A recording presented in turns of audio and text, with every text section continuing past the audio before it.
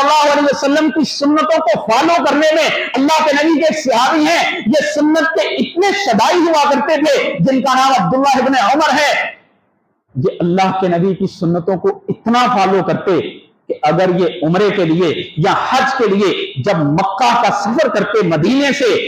تو راستے میں جس جگہ رسول اللہ صلی اللہ علیہ وسلم قضائے حاجت کے لیے بیٹھے ہوتے تھے، اگر انہیں حاجت بھی نہیں ہوتی تھی یہ پھر بھی وہاں بیٹھا کرتے تھے۔ اس